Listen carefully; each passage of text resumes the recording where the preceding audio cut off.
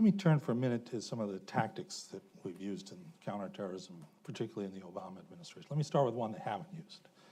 7.5 years ago, President Obama came into office and I think very wisely decided that so-called enhanced interrogation tactics would no longer be used, no longer waterboarding. There are voices now in America that are crying out to go back to that. Would we be safer using these techniques? What's your view on that judgment call?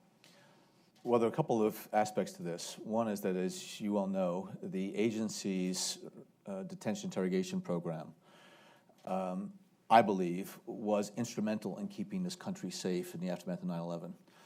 Were mistakes made in it? Absolutely. But the agency was directed and authorized to carry out this program to the best of its capabilities, even though it had never done it before. Right.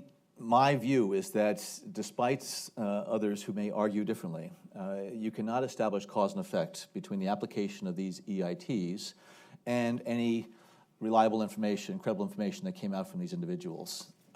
There were individuals who were subjected to these EITs that subsequent to that, they provided information that was, in fact, credible and worthwhile for pursuit. But the agency suffered at great cost. Right. Because of that program. So just from an institutional perspective, I tend to be protective of the agency as a whole and the men and women of the agency to make sure that we're able to preserve and enhance the agency's ability to carry out all of our responsibilities. At the same time, though, I believe that those EITs are not necessary. And I know that there has been calls for waterboarding or worse, whatever else. As long as I'm director of CIA, we're not going to go down that road again. The Army's field manual is the basis for the debriefing and interrogations that take place. We provide support to other elements of the government, whether it be domestic or the ones that are operating overseas.